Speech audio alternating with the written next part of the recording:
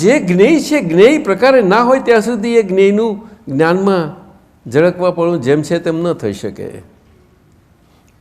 એ દ્રશ્ય, એમાં દ્રશ્યમાં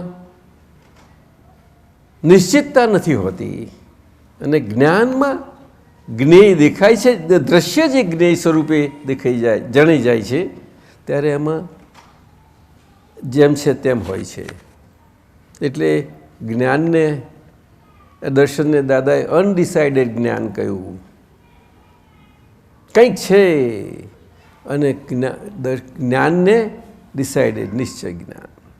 આ જ છે, ગાય જેવું છે, નજીક ગયા આ ગાય જ છે અને આ જ છે. આ બે દ્રષ્ટિ, દર્શન જ્ઞાનનો આટલો ભેદ તો આપણે બધા જાણીએ છીએ.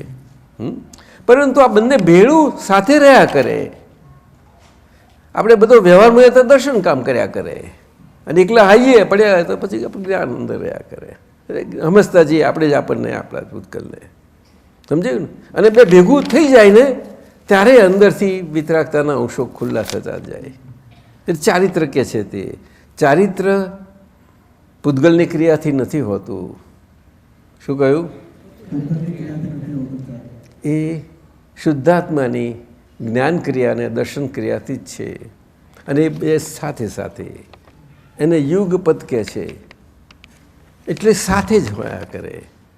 આજે હું આથી મારા વાણી ચાલે, વ્યાસ આ બધા છીએ, છતાં અંદરમાં મારા માટે એવું રહે. પણ વ્યવહારમાં મારે કહેવું જ પડે કે તમે બધા સાથે છો એટલે ઉપયોગ એ પ્રમાણે જાય, એટલે એ પ્રમાણે ત્યાં દર્શન